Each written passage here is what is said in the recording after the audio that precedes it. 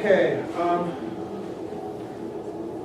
so what we're going to start talking about today is equilibrium in the goods market, and multipliers, and things like that, and actually has some use out there in the world. Suppose you had something like a government shutdown going on in the world, and you wanted to know what's the economic impact of that. What effects that can have on GDP, and what effect would that have on unemployment? And so some of the tools we're going to talk about today, this thing called the expenditure multiplier, will help us answer those questions. So we're going to eventually today at some point come up with an equation that you probably saw in 202, I hope you saw, I can't be sure. It says the change in income is equal to something we call the expenditure multiplier times the change in expenditures. Now, we worked out expenditures last time. We called it Z, but expenditures are just C plus I plus G. Or we'll do that today, but you've seen that in 202. So you know what expenditures are. And so what you can do to figure out the impact on Y is take some policy, like a change in government spending of 100. So, okay, government spending is going to go up by 100, so the change in expenditures would be 100. And there's this thing called the expenditure multiplier, which if you're paying attention to the news, people have been fighting about what's its value. Is it 0? Is it 2? Is it 1? Is it 1.5? It makes a big difference in how a change in expenditures, like a change in government spending, gets translated into a change in income. What we think is those multipliers for government spending are probably pretty low in general when you're near full employment. When you get into a real severe recession like we are now, for reasons we'll learn later in the course, the multiplier gets much, much larger. So you might think this multiplier right now is, oh, I don't know, 1.5. So then you can say to yourself, okay, this is pretty easy. I know the change in government spending, I know the multiplier, therefore I know the change in income is going to be 150. Then we learned last time through Oken's law how you can change that into a change in unemployment. Because, okay, we know now what the change in income is going to be. Once I know that, I can translate in. Because I remember that slope of 0.4 on that Oken's law thing. We don't know they're all canceled. This last three.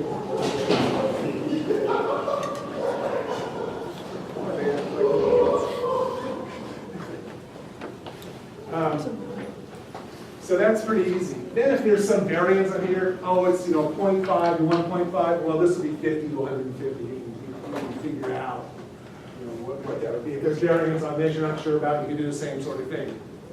And so you can bound these things in a couple of different directions. And so what you want to do for the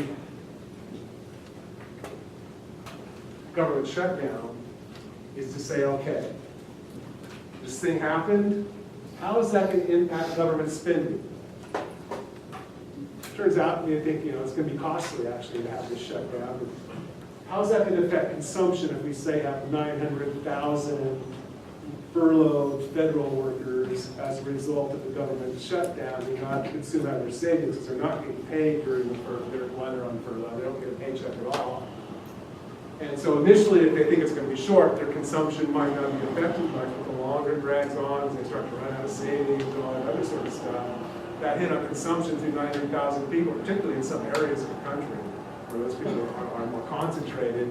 If you're in a town with a national park that just got closed, and that's where your grocery store depends upon as people visiting it, the impact would be pretty large for you.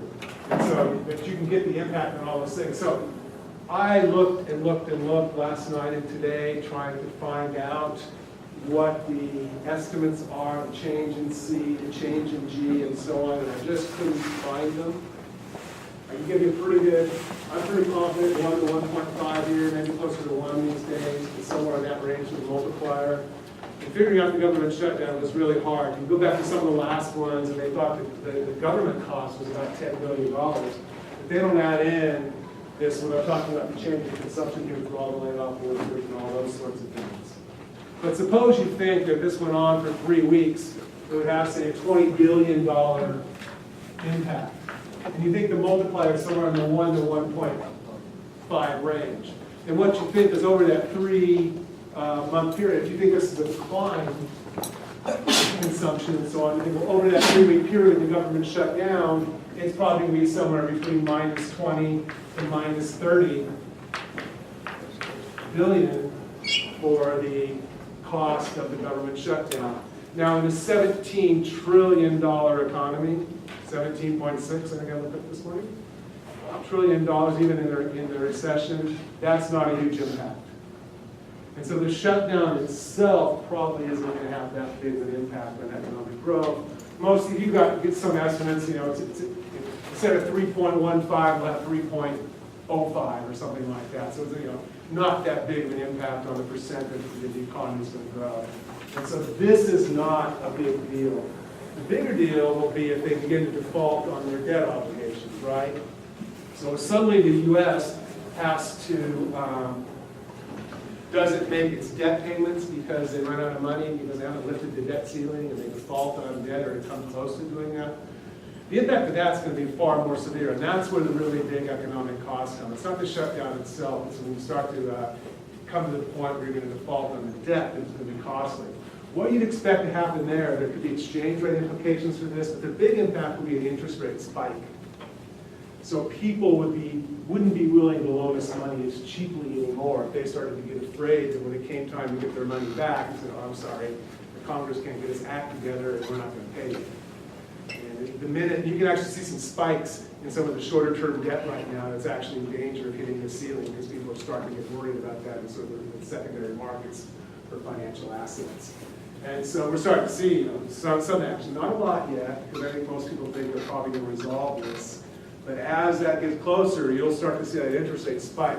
That makes consumption of durables go down fast. You're not going to buy as many cars and refrigerators and things if the interest rate is now 10% instead of 2%. It's going to make it different how many cars and tractors and all that sort of stuff that gets sold out there. It's going to matter if housing gets included as investment.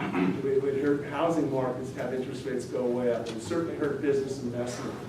So you have a big decline in these variables. You may also get some additional spending on the interest that flows outside the country, which is sort of a loss as well.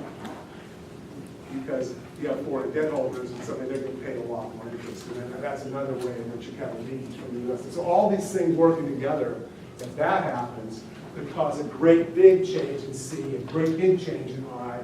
When you plug those changes in expenditures into here, hit it with a multiplier, then you get a significant impact on GDP.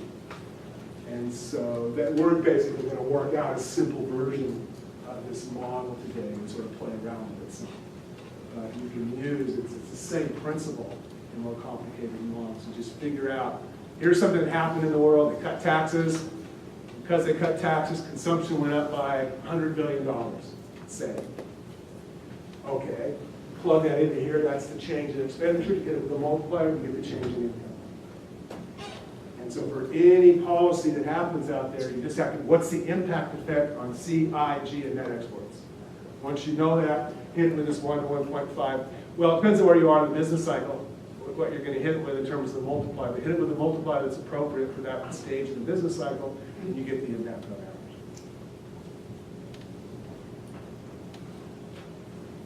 Some of the estimates here, I've seen this as high as $100 billion or more. It's a huge amount just on the interest payment part. So the interest payments for servicing the national debt would go way up very fast if you started to have an interest rate spike. But that would be a significant cost. But it's mainly the C and I that you're going to see in terms of the expenditures. Okay. Let's start talking about this.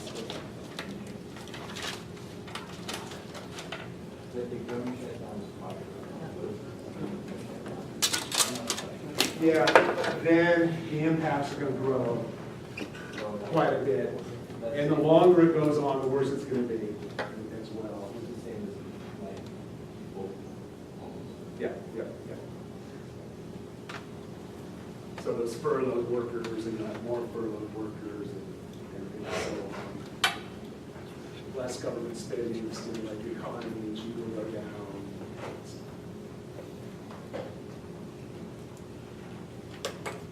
So, yeah, so the costs probably don't get the hits in. Let's jump away.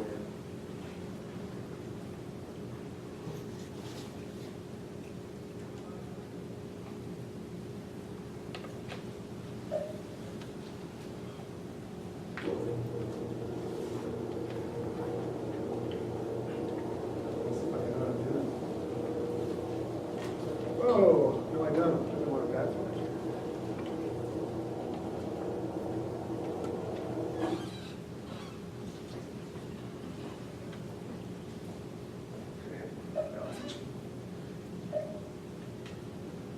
Does it work? No. Why have a light control now? What am I doing? Is that too dark to take notes? What's the rest of the switches? Usually they're here. Oh, well.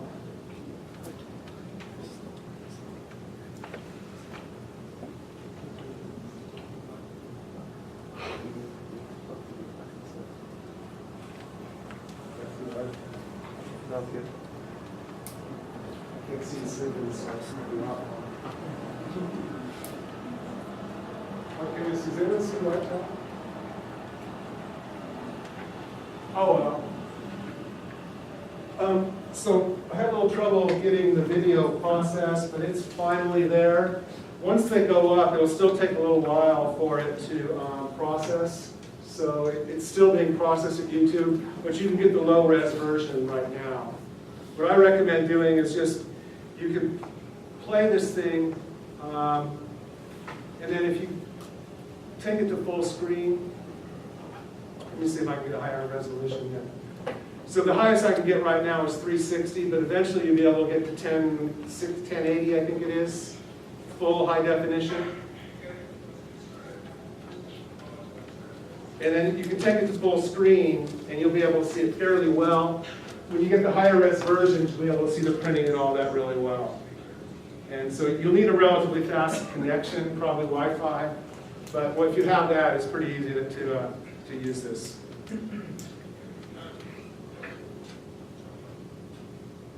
Okay, escape, right?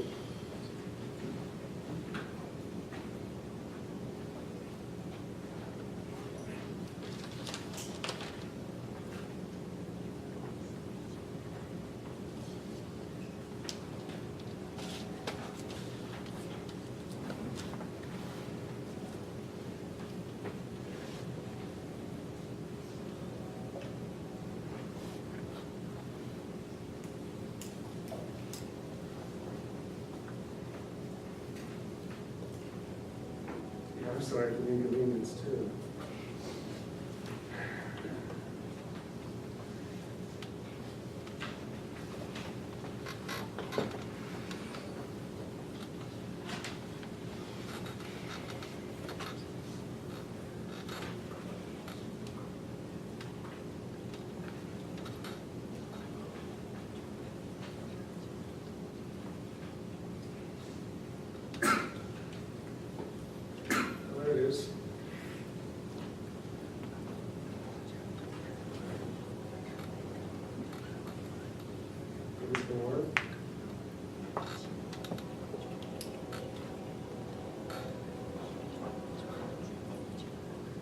It did.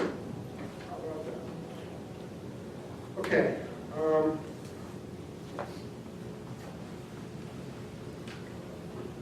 So we're going to start off here is looking at the goods market. So what we're going to do in the next week or two is first we'll look at the goods market and how we get equilibrium in the goods market. Then we'll look at the money market, how we get equilibrium, money demand, money supply. Then we'll put those two markets together into one big thing where we have equilibrium simultaneously in both markets. So we're going to slowly build up to a more complicated model. We want to start with the goods market. Now, it would be kind of silly for us to talk about the demand for goods without saying, gee, the demand for the government, the kinds of things it buys with its money is very different from what businesses do, and that's very different from what households do, and it might be different from the foreign sector. So we're going to take the economy and sort of divide it into 4 sectors with sort of like consumers in them. So we'll have households, businesses, government, and foreign sector.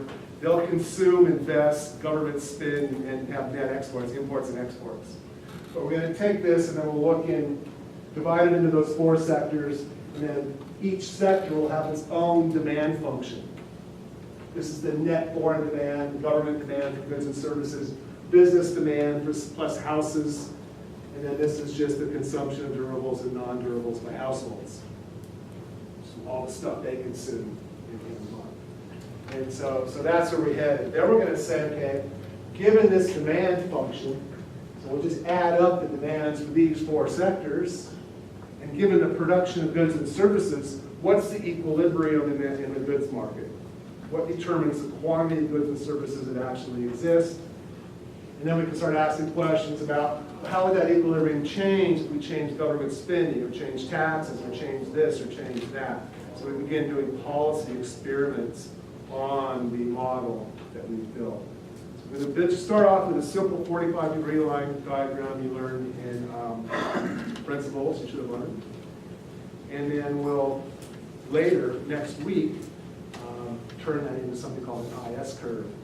And we'll do the money demand, money supply, turn that into an LM curve, put the IS and the LM together, and we use IS and LM to get aggregate demand. So our ultimate goal is to get an aggregate demand function. We're starting way off in the goods market. No steal it. That's just a big view that you don't have a sense of yet. But that's where we're headed. So goods market and policy questions.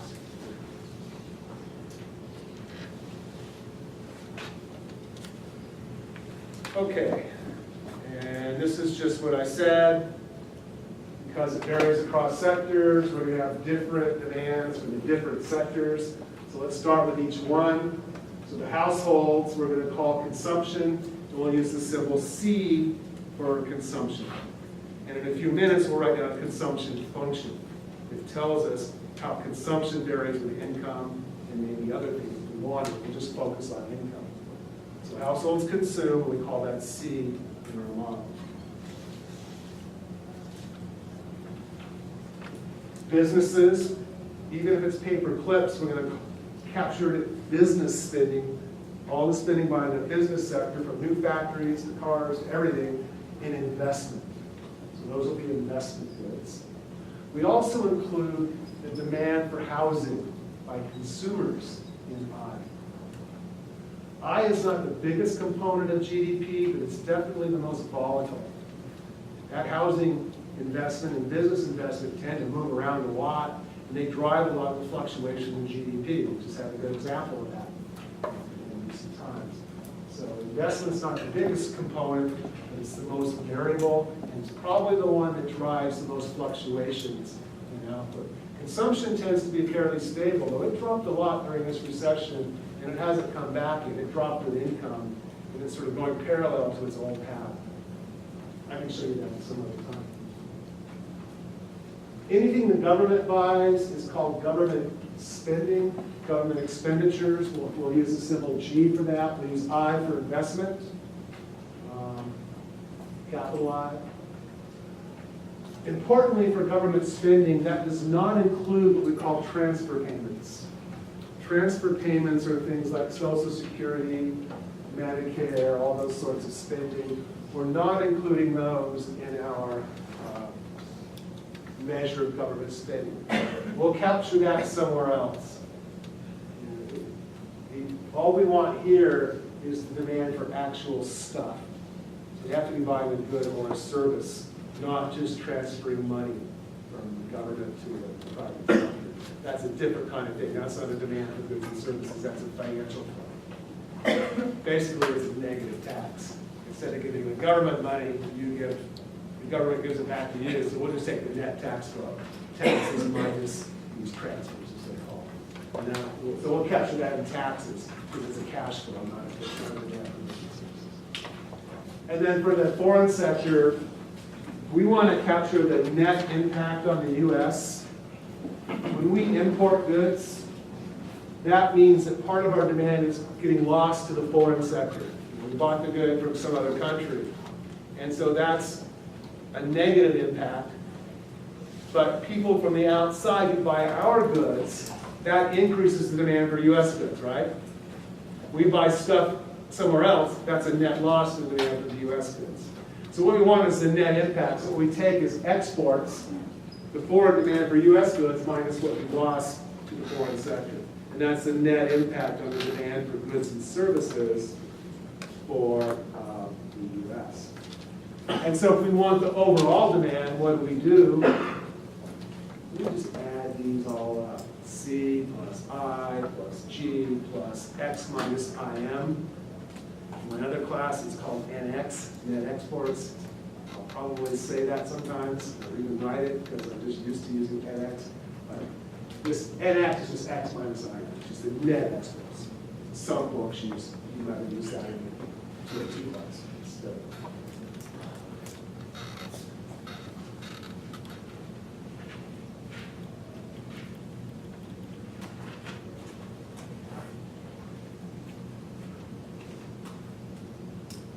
Can't see the glasses.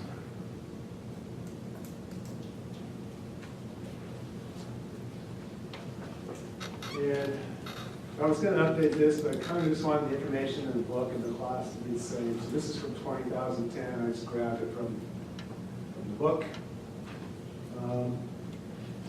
GDP in 2010 was about 14 trillion six. It's about 17.6 now. That's nominal. And you know that consumption is about 70% of total GDP. So it's a huge component. But it's pretty stable most of the time. So it's usually not the one driving fluctuation. It often responds when GDP falls, but it doesn't tend to be really variable. This one, investment, which was about 25%, was at 21.7, 24%, something like that, this total. So investments, oh, I see, I'm sorry, it's 12%. Add those two. I'm adding double counted. Sorry about that. I should look at my slides. So investment's not great. It used to be like 25%. I got to figure, like, when I was teaching this 10 years ago, I figured it was 25%. Something's happened. Anyway, investment's a smaller part than it used to be, clearly. And it's only about 12%. Government's about 20%. And net exports, not a huge component, 3.5%. So, and as I was saying, this is the most variable. This can move around some, but it's by choice. And then what this is the difference between production and sales. So each year you might produce 100, you only sell 95, 5 will go into inventory. And this is price times quantity, it's the value, not the quantity, but this is just the inventory adjustment between, as I said at the top, between production and sales. So that's US GDP pretty much. These numbers are a little bit distorted because of the recession, but not a lot. I was thinking maybe that explains this business investment. Business investments, well, residential investment is pretty low right now. It certainly was in 2010. Business investment wasn't that strong, so that's why this is so low relative to the last time I taught. This is partly just because the recession's been driving these two figures down quite a bit. So that's part of it.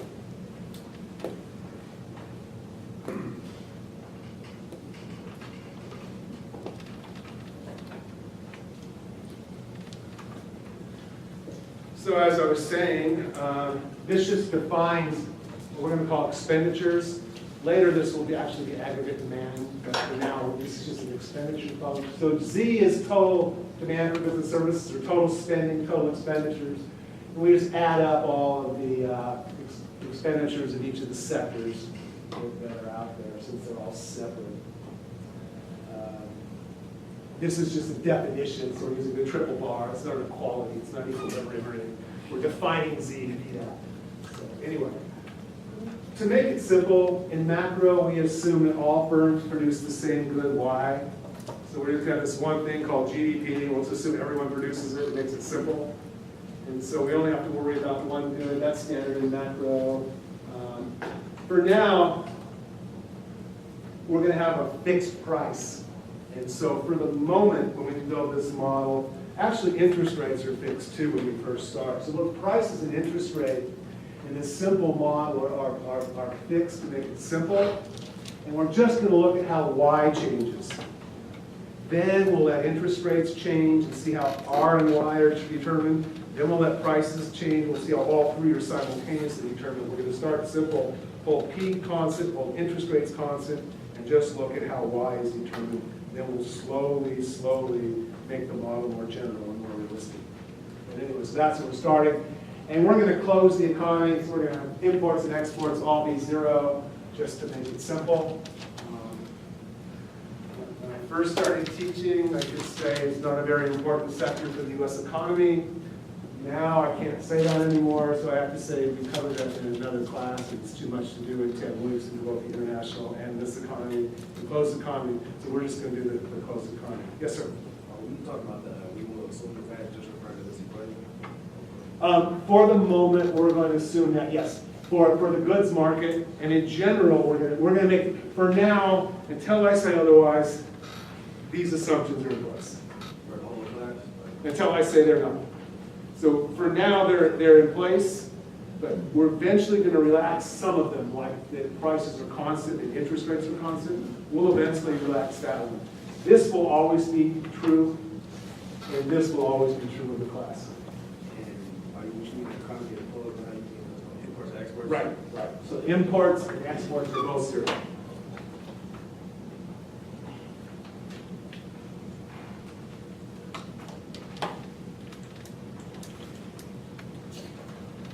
So, under those assumptions, we can toss out the net export term because it's zero. So we just have demand is now all the domestic components of demand, consumption, businesses, investment, and then government spending.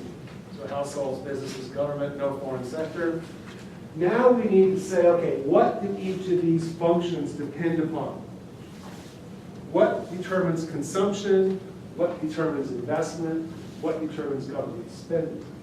And then we can use those functions to sort of work out what our equilibrium is. So we're going to make a very simple assumption. Consumption probably depends upon more things than this, but for the moment we're going to start simple and say consumption depends only upon disposable income. So that's what we're saying. Okay, consumption is some function of disposable income. And disposable income, YD, is income minus taxes. And remember, this is net taxes. This is taxes minus transfers. So that's the net flow to the government. Taxes are bigger than transfers. So it's still a net flow to the government, but it's the net cash flow after you take everything they give back in terms of cash. So consumption can change for two reasons. If income goes up, consumption would go up. If taxes go down, disposable income would go up and consumption would go up. So this is a positive relationship. When YD goes up, either because Y goes up or T goes down, consumption goes up. So DC dYD is greater than 0 in calculus terms. And the book wants you to know, it's not that big a deal. It's a behavioral equation because it's describing how households behave. Now, in a more general model, you might want to include other things in the consumption function, and I would if this was you've been doing this already. You might want to put interest rates in here too, because consumption is about durables and non-durables. When interest rates go up, like I was saying earlier, you tend to see less consumption of cars and things like that. Houses are an investment, so the housing isn't in there. So if it was in there, you'd probably really want to put the interest rate in the consumption function. But in general, yeah, it probably belongs there. It's not as important as disposable income, so we're just going to focus on the most important channel right now. But there's also probably an interest rate effect as well. Some people would also say want to put wealth in the consumption function. Because this is just income. My income's $100, but I have $3 billion in the bank. I'm probably going to consume more than someone who has a $100 income and no money in the bank. So wealth probably matters in addition to income in determining how much you're willing to consume. But it's not as important as income, so we're just going to focus on income. Your past income probably determines your present consumption. Beverly Hills was saying, anyways, you're used to living rich and having all, or poor or whatever, and suddenly you're in the poorhouse. For a while, you still have a big house payment, a big car, and it's hard to change your habits. And so your consumption might be different than someone that always had that income their whole life. Or if you get rich real fast, you might still be running traffic cars and not quite figuring out how to spend that money for a while. So your past incomes might matter. Your expected future income clearly matters. Someone who thinks they're going to the NBA probably spends more than someone who doesn't. So, expected future income probably. So there's all sorts of other things that probably determine consumption that we're leaving out of the model. Again, we're just going to focus on the main, most important channels, make it simple. If we're asking questions where those things are important, we'll just change the model, put them in there, and figure out how it works. But we're not going to have that in there for the moment.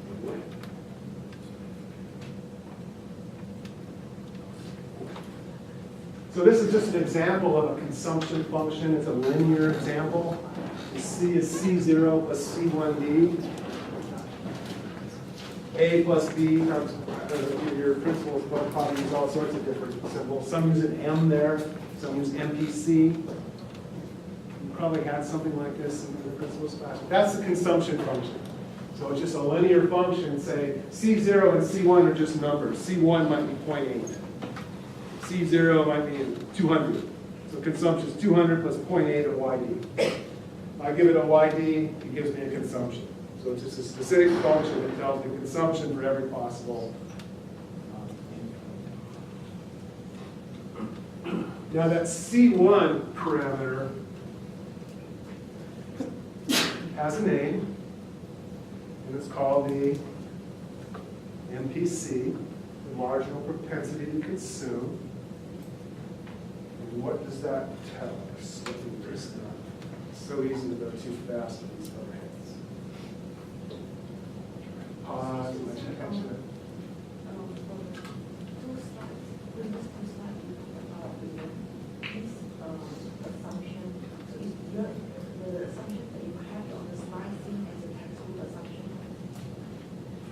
Yeah, this is pretty much notes from the text. Not pretty much. It is. And so the question is, are my assumptions the same as the books? Yes. Completely.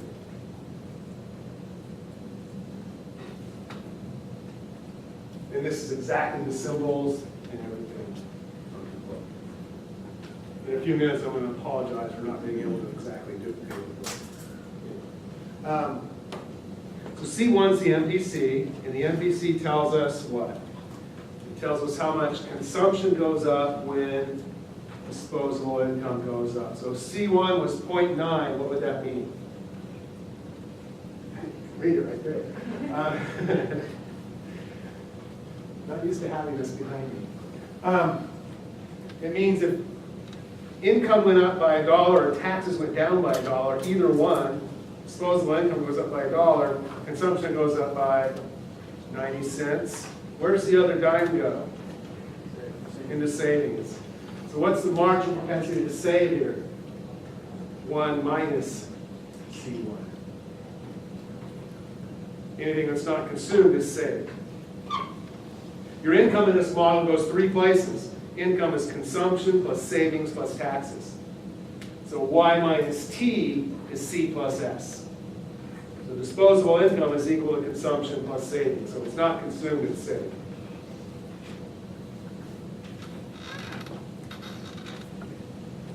So income has to be C plus S plus T. So disposable income has to be C plus S.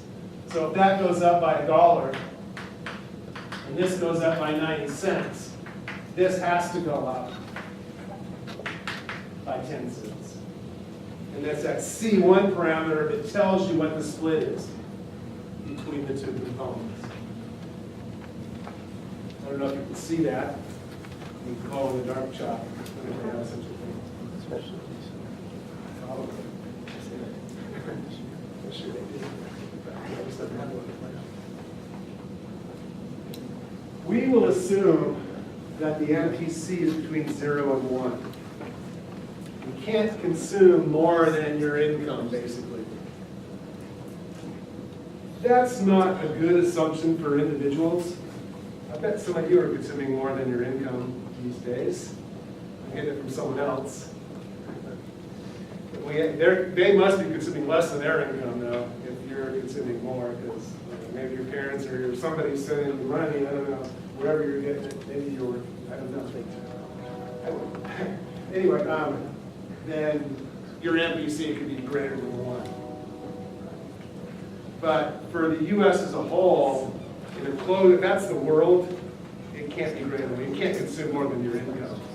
Now, we actually had, as a nation, an MPC a little greater than 1 for a while, because we were kind of consuming more than our income in the U.S. and borrowing from the rest of the world. For the world as a whole, that can't be the rest of it. We have a closed economy, so this is an okay assumption. So anyway, for the U.S., when you do estimates, this is usually 0.8, 0.6, 0.9, somewhere in that range, depending on when you measure and who you measure. So it seems like a good assumption empirically as well. So the MPC is between 0 and 1. Okay, now if you go back, what's this first parameter here, C0, all about? And for that, I just couldn't do it on slides, so I'm going to go to the board in a second here. So C0, the constant, has 2 different interpretations. One is that, so you can see right there, I just wrote the consumption function. If put a 0 for YD, then C equals C0.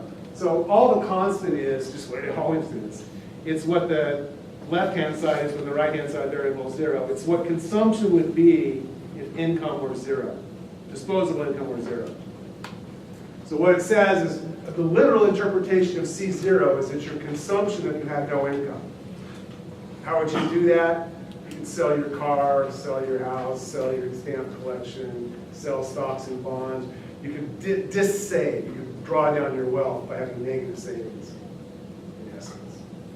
And so C0 would be a measure of the dis-saving, the amount that you sold out of your wealth to finance your consumption when your income was 0.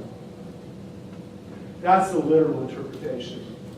The second is that C0 is just a catch-all term, and that's what I think I need to put the board up to do.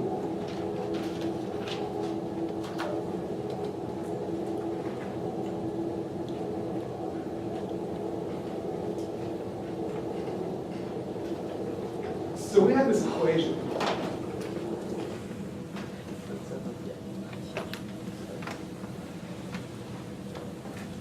It says C equals C0 plus C1 YD. If you ever write a book, do your students a favor and don't name your parameters the same thing as the dang left-hand side variable, because uppercase, lowercase ain't so easy in the chalkboard. These C0 and C1 are just numbers. This was 0.9 in my example. This is some other number. This is the variable C. This is consumption. So what we were just saying is that one interpretation of C0 is this: if this is 0, you just get C equals C0, and it's your consumption if you had no income. But another is, suppose that, remember I said that consumption depends upon a whole bunch of things? Suppose I said that C equals, I don't know, A1 times wealth plus A2 times average past income.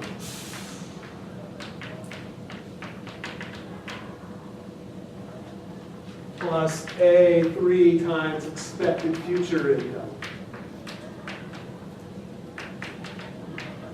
Plus A4 times the interest rate. Plus C1 times YD, and so on. So I've got all kinds of things that actually determine consumption. What I can do is just kind of hold all that stuff constant and embed it in a single parameter called C0. So it's a catch-all term that sort of captures everything else that might affect consumption. And we can say, well, what if wealth went up? Oh, okay, that means C0 went up. What if interest rates went down? Oh, that means C0. Depending on the sign of A4, this went up or down. And so you can just say, okay, what happened to C0? Did consumption go up or down as a result of that change? And we can model it as a change in the constant. And that's the more frequent interpretation of what this C0 parameter represents. So it's just a simple way, it's a way to simplify your model and have all the other stuff just embedded in this single catch-all term that catches everything else that might affect consumption. That makes sense?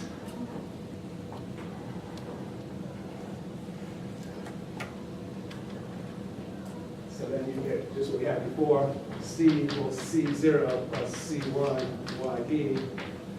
And I'm not going to emphasize this, but if DC dYD is in C1, that's the MPC. Some of you like triangles. DC over dYD equals C1. Anyway, so the MPC is just how consumption changes with disposable income. Will C0 be defined for us if it's used like this? Yeah.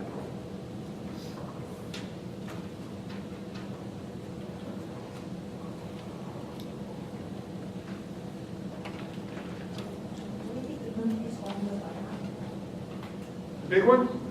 Now, you need to know this one.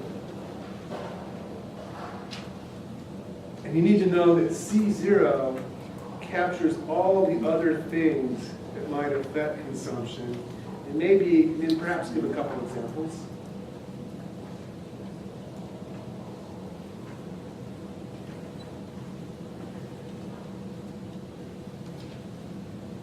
The way you would do it, suppose I said,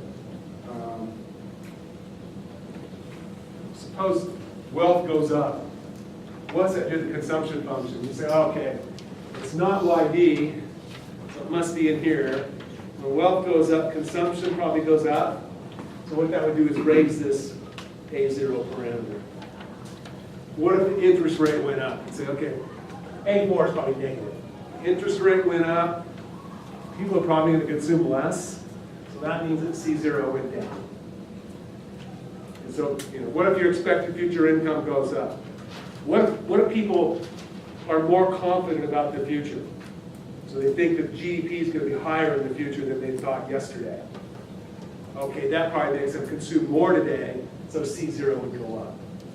So you can just, you don't have to know all this, you just, whatever thing I give you, you can reason through it and say, okay, what would happen to C0 as a consequence of that particular change by figuring out how it would impact consumption at the impact.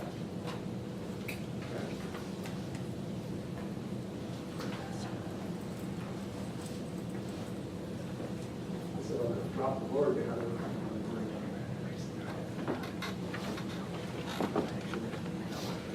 So now where we're headed next, I like the chalkboard so much better. Never used our heads before, I think it's much comfortable.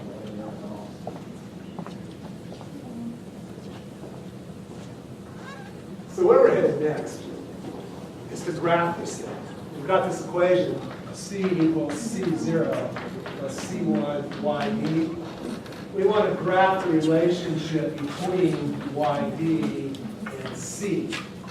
Well, we don't do that. It's got an intercept of C0. It's got a slope that's less than 1.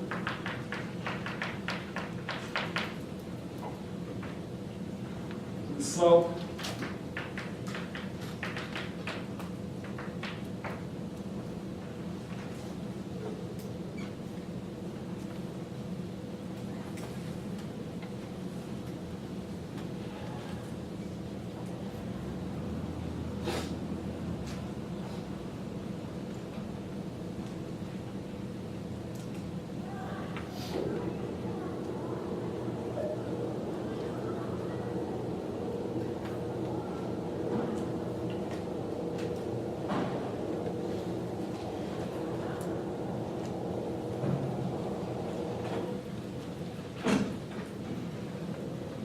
So, there you go. So I was just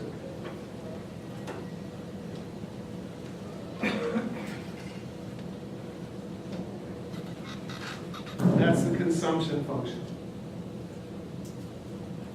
It's not necessarily linear. This is just a simple example of C equals some function of YD. It'll work fine.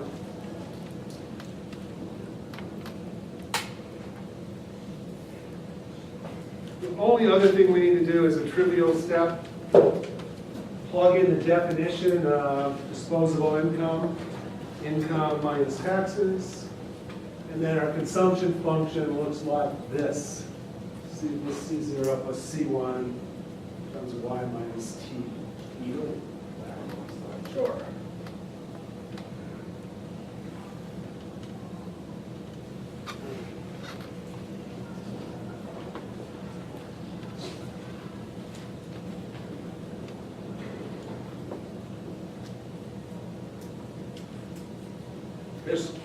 How is it never nonlinear if it's always as that marginal propensity to consume is standard? Like, how's it not going to be linear? Well, the NPC varies over the business cycle for one. Okay. But if you have C equals C of YD, or C equals F of YD, the NPC would then be DC dYD, which is the F prime. And there's nothing that says F prime can't be a function of YD. Okay. Does that make sense? Yeah. So in a more general model, I could maybe this is squared. Mm-hmm. And then I get a, Yeah. then if I take the MPC, I get DC dYD is 2C1 YD. Okay. So we'd have a different measure of the MPC in that nonlinear model because it would be a different derivative. Okay. In that case, it would depend on the MPC, the slope of that function would depend upon where you are Okay. In the in the business cycle. All right. That's probably more like the other way. It's probably the case that we used to think that the MPC was higher in recessions than it is near full employment. And the reason was we thought, well, if people are unemployed, they have to start consuming out of their savings and things like that. So they can't save as much because they're you're in a recession. In this recession, the MPC went down, not up. And that's because it was a balance sheet recession. People got their wealth wiped out. They needed to save more to rebuild their wealth. And that's one of the reasons it's taken so long to get out of this thing, because in these balance sheet recessions, consumers have to deleverage, get rid of their debt, and they have to rebuild their balance sheets that were wiped out by the loss of equity in their home, the losses in the stock market, retirement funds, college funds, all that kind of stuff get wiped out. So we actually saw the MPC drop. And so now I think what I would want to say about that is that whether the MPC goes up or down in a recession depends upon the type of recession that you have. If it's driven by a financial collapse, so you've lost your balance sheet and you have to rebuild, savings has to go up.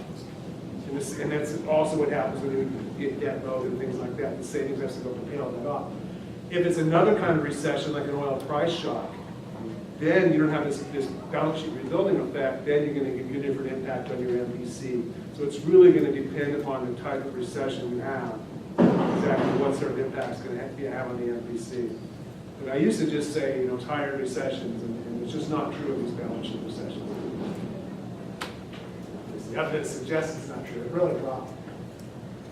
We were hardly saving anything before the MPC was like 0.95 or something. People weren't saving anything prior to recession. Then they started saving quite a bit. Now we're saving a little bit less again. Nowhere near where it was before the crash.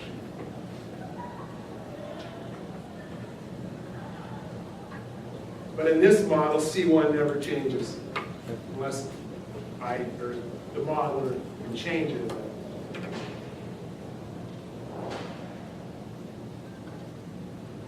All right, last thing to do is trivial. This is sub n for YD. Because we want to figure out Y, not YD, so we need the variable Y in our model. Our goal is to find GDP or income, Y. So we need that.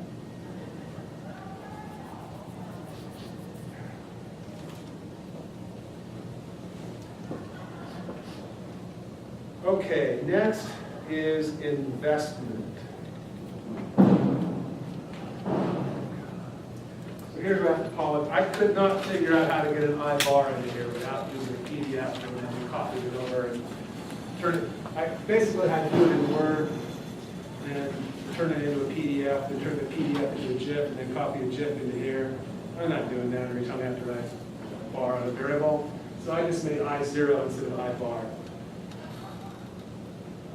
So we'll have to live with that. But the book uses I bar for investment. So what they're saying is investment is just exogenous, just some number. Investment's 400.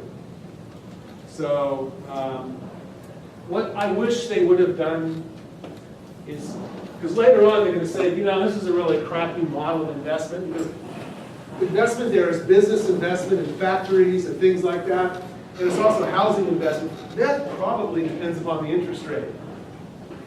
And so you might be better off saying an I investment is some function of the interest rate, where when R goes up, investment goes down, and for now, we're just going to hold the interest rate constant so that investment's constant. That's what they're really doing.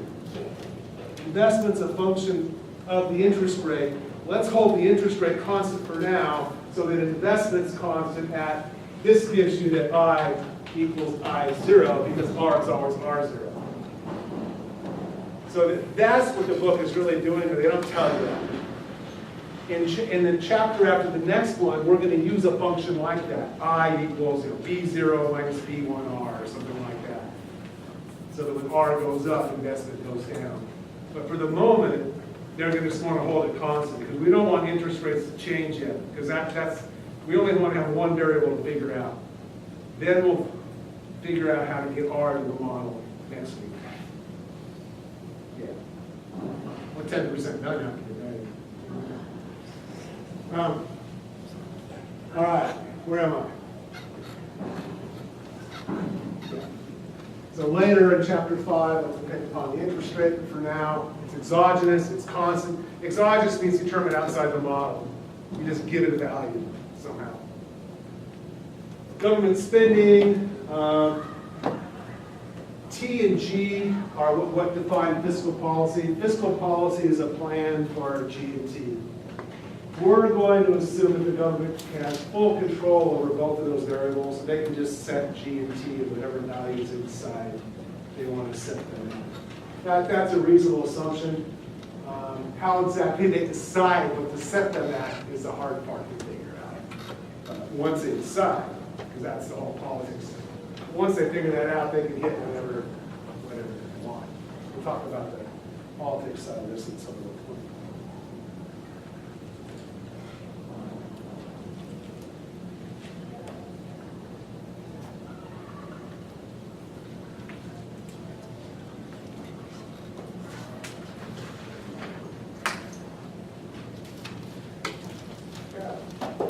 What does GNT stand for?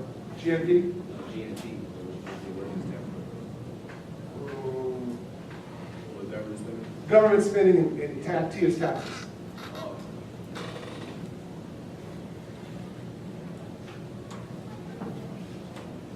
So now we want to figure out the equilibrium in the economy. And that's where production equals sales. Or production, when the amount people are spending is just equal to the amount we're producing. So inventories aren't changing in equilibrium. So we want to figure out where that is. So what we need to do is take our expenditure function Z is total expenditures, and just plug in the consumption function. This is just put C in for consumption, put I0 in for I. I would have liked that they made this G0 so it's clear it's exogenous. They said, oh, I don't want to put a bar over G because, I don't know, because it's always exogenous, which is sort of a lame excuse, but anyway. The book's reason for not putting bar over G is because it's always there. Good, good. But this is really a G0 to make the notation consistent. So it's exogenous as well. So that's your expenditure function. So that's how much people spend at every level of income. You can figure out this is spending at every level of income. And then we also, this is also production in our model, so we want to figure out we're spending where Z equals Y. So our equilibrium is going to be where income, this is also production. Income or production equals expenditures. So this is the amount that's produced, that's equal to income. This is the amount that's spent. So equilibrium is where Y equals Z. So the equilibrium is where income, where production or income equals expenditures. So equilibrium income is the Y that solves this equation.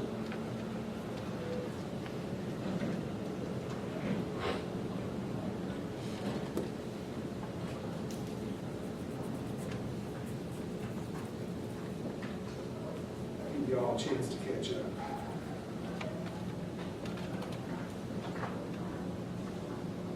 Wasn't thirsty.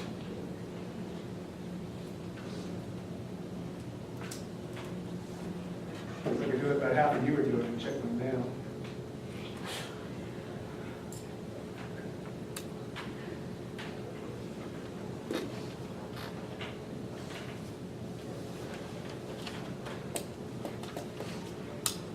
I thought I had to start leaving all my gadgets in my office when I went to seminars and stuff, because the minute I started looking at my phone, it tells me this stuff, I said, all day, and just all falsified.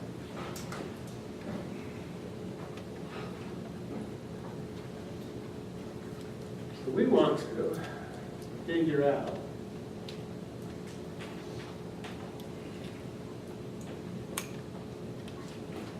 the equilibrium in this economy.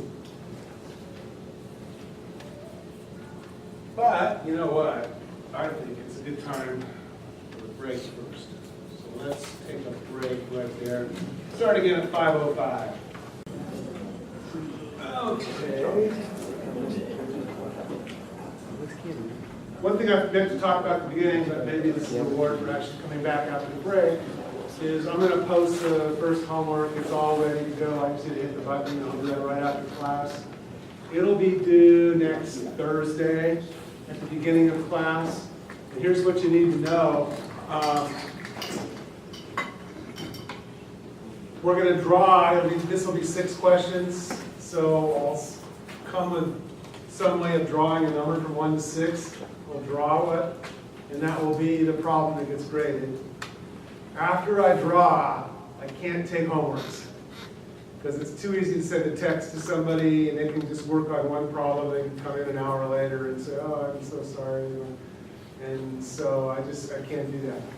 And so I don't want to give anyone an advantage. You're going to have to get your homeworks in on time and do it at the beginning of the class on Thursday. And I'm going to get hard luck stories, and we're both going to get upset and mad at each other because you're going to want me to take it and I'm not going to want to take it. And it'll really be unpleasant. So let's just not go through that. It's much easier if we don't.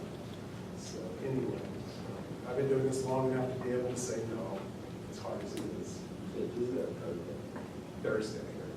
And it's on the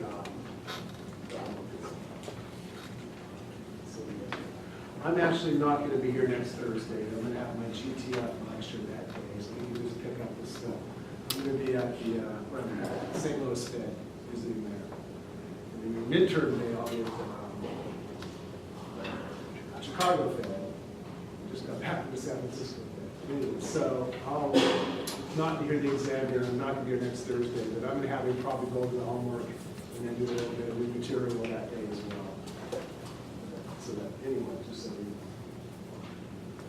I want to back up here a little bit. Not back up, but I want to finish what we're doing. But I want to do it on the board, not on overheads, because I think it's better if you see how I derive this.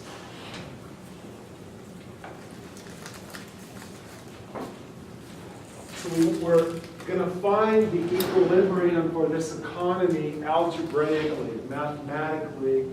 Then we'll do it graphically. Then I'll try to explain it intuitively. But first, let's do it mathematically. So we have this thing that said Z, which is expenditures. Boy, I wish it would be Z. Is equal to C plus I plus G. Now we know that I equals I0 by assumption. And we know that C equals C0 plus C1 times y minus t. That's our consumption function. So we're just going to plug in for those variables. So where we ended before the break was just, not yet. So we have Z equals C0 plus C1 y minus t plus I0 plus G. And that's the expenditure function. Now, at equilibrium, y equals z. Income or production, they're the same, is equal to expenditures.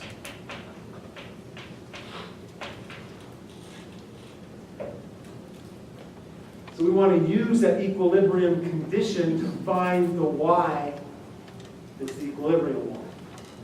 So all I have to do is set y equal to z. And I know what z is.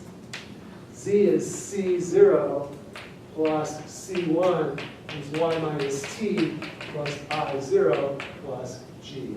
So this is just y equals z, where z is all this stuff. Now I need to solve for y. So I need to bring that to this side and everything to the other side. So y minus C1y equals C0 minus C1t plus I0 plus g.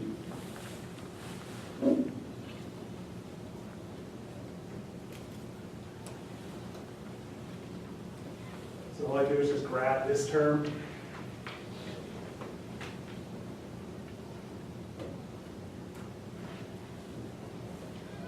So 1 minus C1 times y equals the same thing. C0 plus C1t plus I0 plus g. Therefore, the equilibrium y must be 1 over 1 minus C1 times C0 plus C1t minus, I screwed something up here. This should have been a minus sign. My apologies. C0 minus C1t plus I0 plus g. So y is the only unknown in this model. It's the only endogenous variable. It's the only thing that we can determine. Everything over here, g is set by the government, I0 is just some number, t is set by the government, C1 is some number, 9.9, C0 is some number. I plug that data in and it gives me y. Someone asked me earlier, what if I change? How do I know how y changes? Well, I use this formula. If I goes up, y is going to go up by 1 over 1 minus C1 times the change. This is actually the expenditure multiplier. This is the equation I started with today. I put a change here and a change here. This is the expenditures. This is the multiplier, and that's output. So that's the equation we started with today, saying if you want to know how y changes when you have a change in expenditures, that's what you do. So that's our equilibrium. Later on, I'll put some numbers in here. We'll actually calculate these things so you can see how it works. Huh? It says at equilibrium y equals z, and then it says underneath y on the bottom, like right directly behind you. What does it say in the parentheses? Oh, income or production equals expenditures. That's understandably hard to read.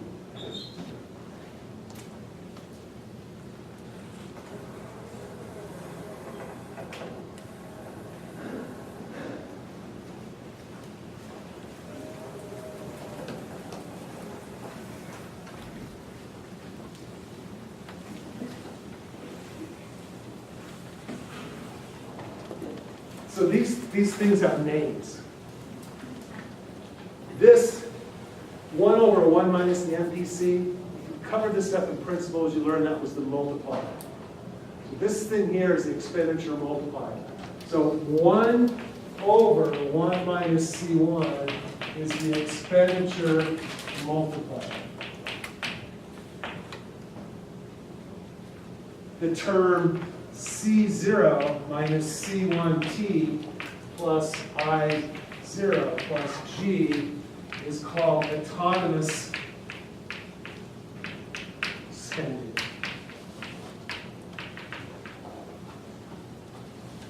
It's all the parts of spending that don't depend upon income. Anyway.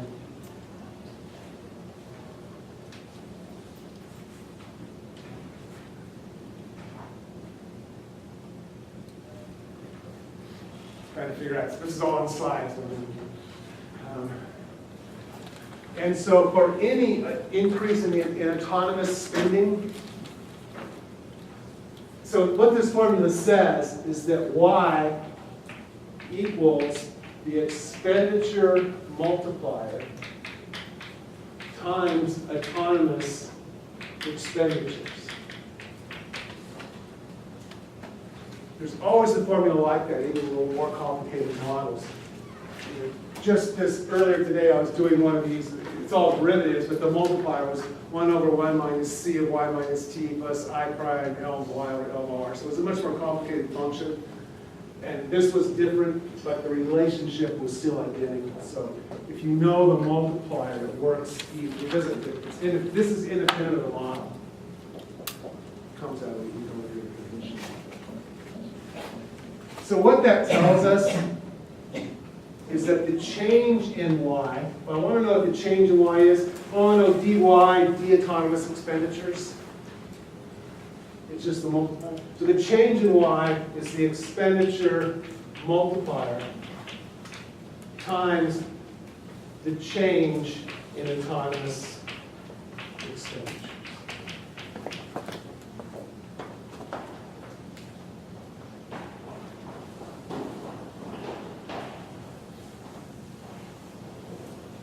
So that's that useful formula we were talking about earlier. So you can see how this works. Suppose that this is 1,000, and let's let C1 be 0.8. So that all these added up together are 1,000, and C1 is 0.8, so this number is 5. So income would be 5,000, right? So the multiplier would be 5, the MPC were 0.8. We'll do the intuition behind the multiplier later so you kind of get a better sense of it. So suppose investment went up by 100.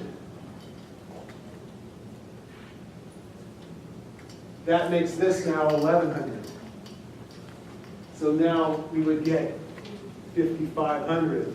So the change would be 100. The multiplier would be 5. So the change in income would be 500. So if this went up to 1,100, so the change is 100, then this is going to go to 500. The change is 500. So I can just use this formula. Whenever, just figure out, okay, taxes changed by 100, C1 is 0.8, this is a negative 80. Times 5 would give me minus 400. So whatever the change is over here, for whatever reason, you hit it with a multiplier, and that's going to give you the change around. And these are all the components that could change. These are all the exogenous things in our model. That's all the data.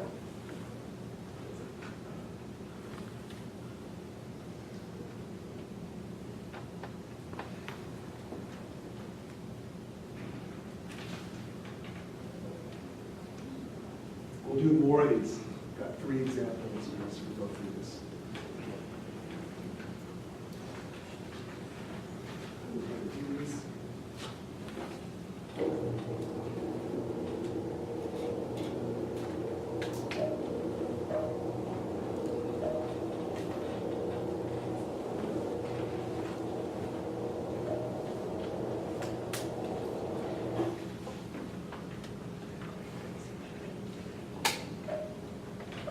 what's probably going to happen as the class goes on is more and more is going to say to the board. So this is the equation I just derived on the board. And then I went a little further and talked about time of spending, the part that doesn't depend upon y, the multiplier, which is bigger than 1 because C1 is between 0 and 1. And then we did an example of where the multiplier was 5. And then this is what I was just doing, what that tells you. That if you increase the time of spending, like government spending, by 1, the multiplier is 5, income would change by 5. But I didn't write down that change one. It's in here somewhere. Okay, so the next thing we want to do is do this graphically. You might like that better than the math stuff. And so we're going to do that graphically and then explain the multiplier intuitively. So I need to graph this expenditure function. I need to graph it with respect to y, so I need to know how z changes with y. So I'm going to graph the relationship between z and y. So I'm going to put it in slope-intercept form. So I'm going to take this expenditure function equation and rewrite it in slope-intercept. Slope-intercept form. I know I'm going to drive. Yeah.